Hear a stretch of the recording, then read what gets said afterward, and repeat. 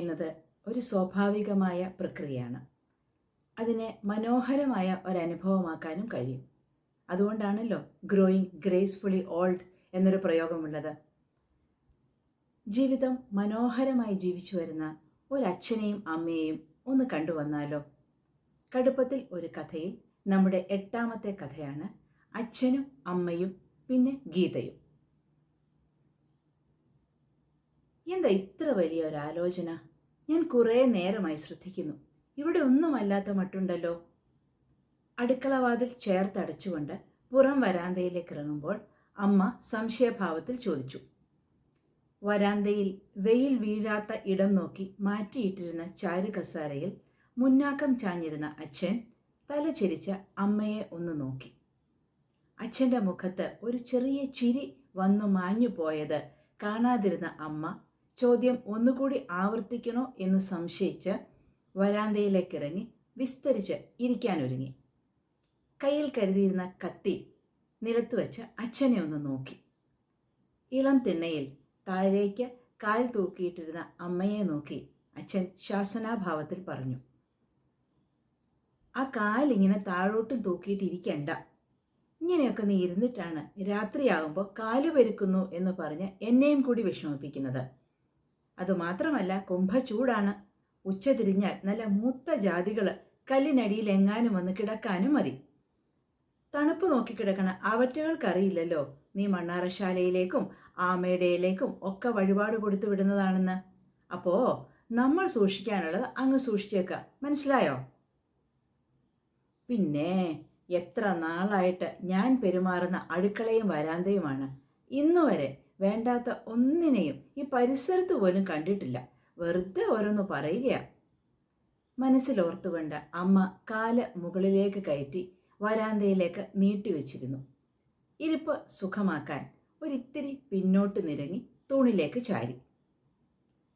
താഴെ വെച്ച കത്തി കൈ നീട്ടിയെടുത്ത അമ്മ മുണ്ടിൻ്റെ കോന്തലയഴിച്ച് അതിൽ നിന്ന് 2 മുഴുത്ത പേരയ്ക്ക എടുത്തു. വല്ലാതെ പഴുത്തു പോയിട്ടില്ല, എന്നാൽ കടിക്കാൻ പറ്റും താനും. നല്ല പാകം. അച്ഛനോടായി പറഞ്ഞുകൊണ്ട് അമ്മ പേരയ്ക്ക നേരിയതിൻ്റെ തുമ്പുകൊണ്ട് ഒന്നുകൂടി തുടച്ചു. അതിനുശേഷം കഷ്ണങ്ങളാക്കാൻ തുടങ്ങി. 4-5 കഷ്ണം അച്ഛന് നേരെ നീട്ടിയ അമ്മ വീണ്ടും എടുത്തു ചോദിച്ചു, എന്താ ഇന്ന് ഇത്രയ്ക്ക് ആലോചിക്കാൻ? സാധാരണ അടുക്കള ഒതുക്കി വെച്ച് ഞാൻ എത്തുമ്പോഴേക്കും ഉറക്കത്തിലാവാറുള്ളതാണല്ലോ. ഈ ഉണർന്നിരിക്കലും ചിന്തയും ഒന്നും പതിവുള്ളതല്ലല്ലോ. അതാ ഇപ്പോൾ നന്നായത്. ഉച്ചയ്ക്ക് ഉറങ്ങരുത്, അതുകൊണ്ടാണ് രാത്രി ഉറക്കം വരാത്തത് എന്ന് നീ തന്നെയല്ലേ പറയാറുള്ളത്. അതുകൊണ്ട് ഇന്നുറങ്ങാതെ നിന്നെയും നോക്കിയിരുന്നപ്പോൾ അതും കുറ്റം. അല്ലെങ്കിൽ തന്നെ ഉച്ചയ്ക്ക് ഞാൻ ഇവിടെ ഇരുന്നാൽ ഉറങ്ങാറില്ലടോ. വെറുതെ ഒന്ന് മയങ്ങും. പിന്നെ ഉറങ്ങി എന്ന് നീ പറയുമ്പോൾ ഞാൻ അങ്ങ് സമ്മതിച്ചു തരുന്നു എന്നേ ഉള്ളൂ, അത്ര തന്നെ. അതെ അതെ, ചിലപ്പോൾ കൂർക്കവും വലിക്കും ചില ആളുകൾ മയക്കത്തിൽ. അമ്മ ചെറുചിരിയോടെ ഒരു കഷ്ണം പേരയ്ക്ക വായിലിട്ടു. എന്തോ അത്യാവശ്യ കാര്യം ചെയ്യാൻ എന്നതുപോലെ മുറ്റത്തെ തെങ്ങിൽ നിന്ന് താഴെ കോടിയിറങ്ങി വന്ന അണ്ണാൻ അമ്മയുടെ ചിരിയിൽ പങ്കുചേർന്നിട്ട് വന്നതുപോലെ തന്നെ തിരിച്ചോടി. ആ പറഞ്ഞത് നീ എന്നെ ഒന്ന് തോണ്ടിയതാണെന്ന് എനിക്ക് മനസ്സിലായി. ആ നടക്കട്ടെ നടക്കട്ടെ. ഇന്നെന്താ ആപ്പിൾ തീർന്നു പോയോ? ഒന്ന് ഫോൺ വിളിച്ചു പറഞ്ഞേക്കൂ. നാരായണൻ കട അടച്ചു വരുമ്പോൾ വാങ്ങിക്കൊണ്ടുവരും. അച്ഛൻ കസേരയിൽ പിന്നോട്ടിരുന്നു കൊണ്ട് അമ്മയോടായി പറഞ്ഞു. തീർന്നിട്ടില്ല, ഇതിന്ന് നമ്മുടെ പറമ്പിലെ പേരയിൽ നിന്ന് കിട്ടിയതാണ്.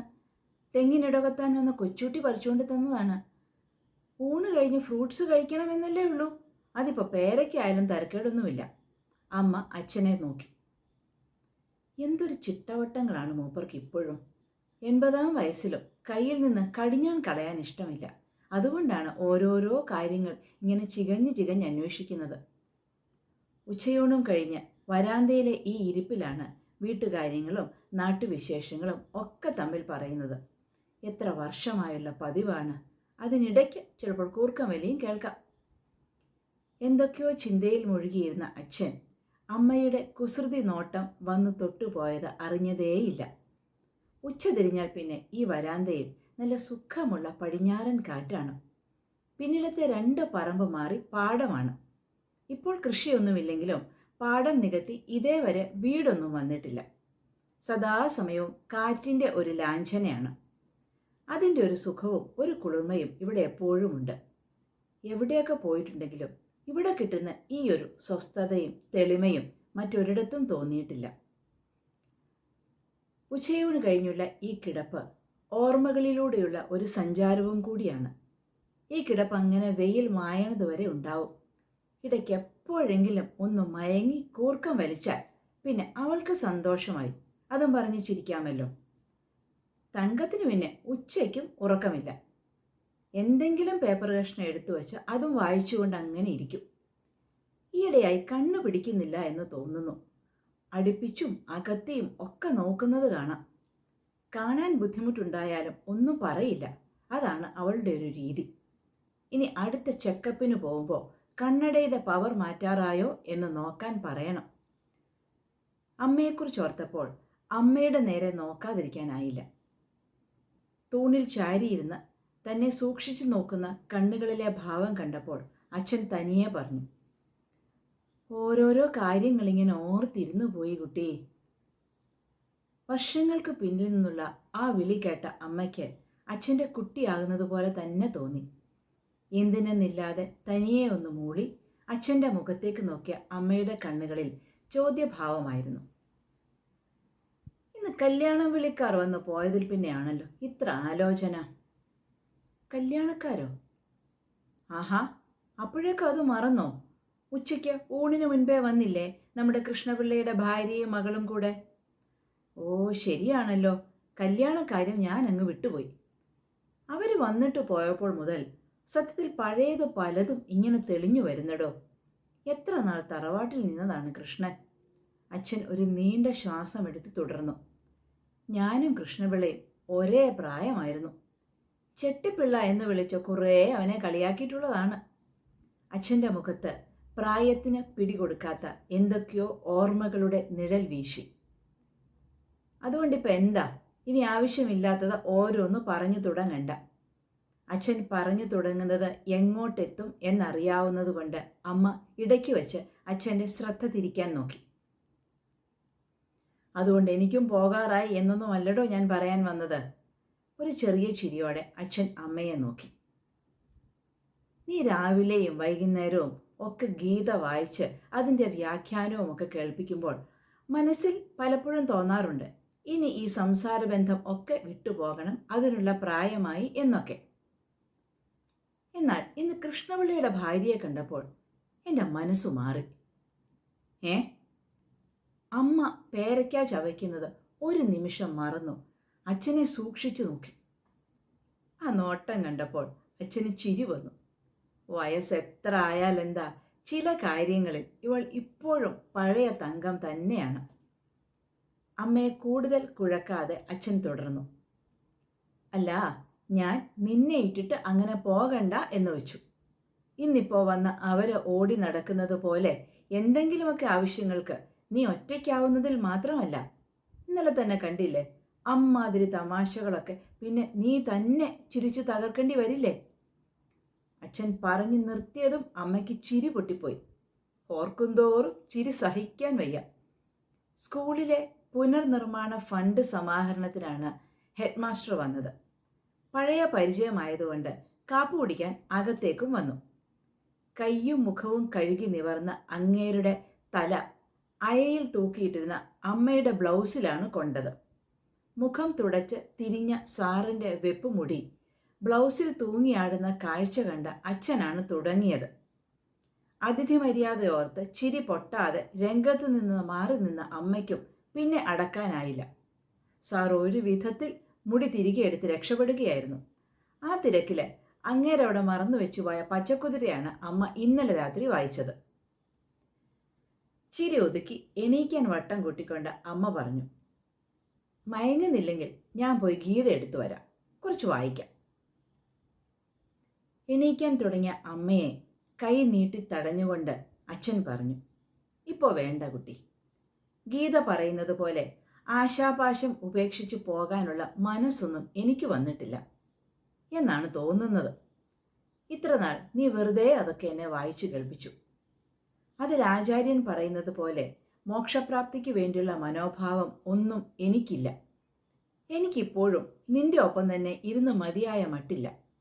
അപ്പോൾ പിന്നെ എന്തിനെ ഗീതയൊക്കെ കേട്ട് പോകുന്നതിനെക്കുറിച്ചൊക്കെ ആലോചിക്കുന്നത്? അല്ലെങ്കിൽ തന്നെ തങ്കം, എനിക്ക് തോന്നുന്നു സത്യത്തിൽ ചെറുപ്പകാലത്താണ് ഗീതയൊക്കെ വായിക്കേണ്ടതും മനസ്സിലാക്കേണ്ടതും. അതിൽ പറയുന്ന മിക്ക കാര്യങ്ങളും നമ്മൾ മനസ്സിലാക്കി അവനവനിൽ മാറ്റം വരുത്തുകയാണെങ്കിൽ നമ്മുടെ മാത്രമല്ല ചുറ്റുമുള്ള ജീവിതങ്ങൾ കൂടി എത്ര സുഖകരമാകും. മാറ്റം വരുത്തിയിട്ട് എന്തെങ്കിലും കാര്യമുള്ള പ്രായത്തിൽ അതൊന്നും ചെയ്യാതെ ഇനി പറഞ്ഞു വന്നത് മുഴുമിപ്പിക്കാതെ അച്ഛൻ നിർത്തി ഒരു നിമിഷം അമ്മയെ നോക്കി. എന്താ, വയ്യായിക എന്തെങ്കിലും ഉണ്ടോ? ആവശ്യമില്ലാതെ ഇന്ന് കൂടുതൽ സംസാരിച്ചു. അമ്മ കൈകുത്തി സംഭ്രമത്തോടെ എഴുന്നേൽക്കാൻ ശ്രമിച്ചു. എനിക്കൊന്നുമില്ല, നീ വെറുതെ തട്ടിപ്പിടഞ്ഞ് എഴുന്നേൽക്കണ്ട. ഗീതയെക്കുറിച്ച് പറഞ്ഞപ്പോഴാണ് ഞാൻ ഓർത്തത്. ഇന്ന് കല്യാണം വിളിക്കാൻ വന്ന ആ കുട്ടിയുടെ പേരും അതുതന്നെയല്ലേ പറഞ്ഞത്? ഗീത, കൃഷ്ണപിള്ളയുടെ പേരക്കുട്ടി. അവർക്ക് എന്തെങ്കിലും കൊടുക്കണ്ടേ? എന്തൊരു ചോദ്യമാണിത്. പൈസ ആയിട്ട് തന്നെ കൊടുക്കണം, അതാവും നല്ലത്. അവർക്ക് എത്ര കൊടുത്താലും ഉപകാരമല്ലേ ഉള്ളൂ. അത്ര സാധുക്കളാണ്. ഈ വിളിക്കാൻ വരുന്നത് തന്നെ എന്തെങ്കിലും കിട്ടുമല്ലോ എന്ന് കരുതിയിട്ടാണ്. 2 ദിവസം കഴിഞ്ഞ് ഇറങ്ങാൻ ഞാൻ പറഞ്ഞിട്ടുണ്ട്. അപ്പോഴേക്കും നമ്മുടെ പെൻഷനും വരുമല്ലോ. എണീറ്റ സ്ഥിതിക്ക് ഇനി കാപ്പി എടുത്തേക്കാം എന്ന് സ്വഗതം പറഞ്ഞുകൊണ്ട് അമ്മ ഏതോ ചിന്തയിൽ അകത്തേക്ക് തിരിഞ്ഞു. തങ്കം, നിൽക്കൂ, ഞാനൊരു കാര്യം പറയട്ടെ. നീ എതിര് പറയുമോ? എൻ്റെ ആ ഘടികാരത്തൊടല് കള്ളന്മാരെ പേടിച്ച് ലോക്കറിലിരിക്കാൻ തുടങ്ങിയിട്ട് 3-4 വർഷമായി. അതവിടെ ഇരുന്നിട്ട് എന്തെടുക്കാനാണ്? 5 പവൻ തികച്ചുമുണ്ട്. അത് ഈ കുട്ടിക്ക് കൊടുത്താൽ അവർക്കെങ്കിലും ഉപകാരമാവില്ലേ? ഏതായാലും മാലയും മറ്റുമിട്ട് നമ്മൾ രണ്ടാളും ഒറ്റയ്ക്കുള്ള ഈ വീട്ടിൽ. പറഞ്ഞു വന്നത് ഓർക്കാപ്പുറത്ത് അറിഞ്ഞ സ്പർശനത്തിൽ പാതിയിൽ വെച്ച് നിർത്തിയ അച്ഛൻ തിരിഞ്ഞു നോക്കി. പിന്നിൽ വന്ന് തൻ്റെ കസേരയോട് ചേർന്ന് നിൽക്കുന്നു തങ്കം. നെറുകയിൽ തലോടുന്ന അവളുടെ കൈകൾക്ക് എന്തൊരു ചൂടാണ്. വർഷങ്ങൾ പിന്നോട്ട് പോകുന്ന പോലെ ഭസ്മവും കുട്ടിക്കുറ പൗഡറും കൂടിക്കലർന്ന ആ മണം. ശരീരത്തിന് ഒരു ഭാരമില്ലായ്മ ഉണ്ടാവുന്നത് അച്ഛൻ അറിഞ്ഞു. മുൻപൊക്കെ സ്നേഹം കൂടി തങ്കക്കുട്ടി എന്ന് വിളിക്കുമ്പോൾ അവളിൽ കണ്ടിരുന്ന അതേ ചിരി. അപ്പോൾ ഞാൻ ഗീത വായിക്കുന്നതിനൊക്കെ പ്രയോജനമുണ്ടല്ലോ, അത് മതി. വായിക്കുന്നതൊക്കെ ജീവിതത്തിൽ നടപ്പിൽ വരുത്തുകയല്ലേ. നമ്മൾ ഇനിയും എത്രയോ ദൂരം പോകാനുണ്ട് അല്ലേ? ജീവിതം എത്ര ബാക്കി കിടക്കുന്നു. ഇന്നിത്തിരി മധുരമിട്ടൊരു കാപ്പി ഞാനും കുടിച്ചു കളയാം. പോകാൻ തിരിഞ്ഞ തങ്കത്തിനെ കൈ എത്തിപ്പിടിച്ച് ചേർത്ത് നിർത്തി. നീല ഞരമ്പുകൾ എഴുന്നു നിൽക്കുന്ന ആ മെലിഞ്ഞ കൈകൾക്കുള്ളിൽ മുഖമമർത്തിയപ്പോൾ മനസ്സിൽ തെളിഞ്ഞത് നെയ്വിളക്കുകൾ നിറഞ്ഞു കത്തുന്ന കതിർമണ്ഡപമാണ്. നേരിയ ഒരു വിറയലോടെ തന്നോട് ചേർന്ന് നിന്ന ഒരു പെൺകുട്ടിയും. ഒപ്പം താണ്ടിയ ദൂരങ്ങൾ വലിയ വ്യത്യാസമൊന്നും ഇപ്പോഴും അവൾക്ക് വരുത്തിയിട്ടില്ല. ഇനി എത്രയോ ദൂരം ഒരുമിച്ച് തന്നെ എന്നൊരു വിശ്വാസം പകർന്ന ധൈര്യം മനസ്സിലും ഉടലിലും അച്ഛൻ അനുഭവിച്ചു. രണ്ടിമകൾക്കിടയിലെ നനവിനെ കണ്ണീരെന്ന് തിരിച്ചറിഞ്ഞ അച്ഛന് അതെന്തിനാണെന്ന് മാത്രം മനസ്സിലായില്ല. എന്നാലും കാപ്പിക്ക് മധുരം വേണ്ട കുട്ടി.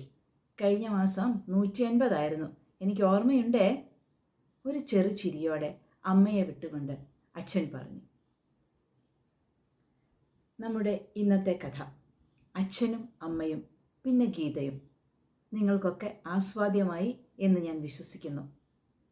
തുടക്കത്തിൽ പറഞ്ഞതുപോലെ സബ്സ്ക്രൈബ് ചെയ്തിട്ടില്ലാത്തവർ സബ്സ്ക്രൈബ് ചെയ്യുകയും കഥ കൂടുതൽ പേരിലേക്ക് എത്തിക്കാനായി ഷെയർ ചെയ്യുകയും ചെയ്യുമല്ലോ.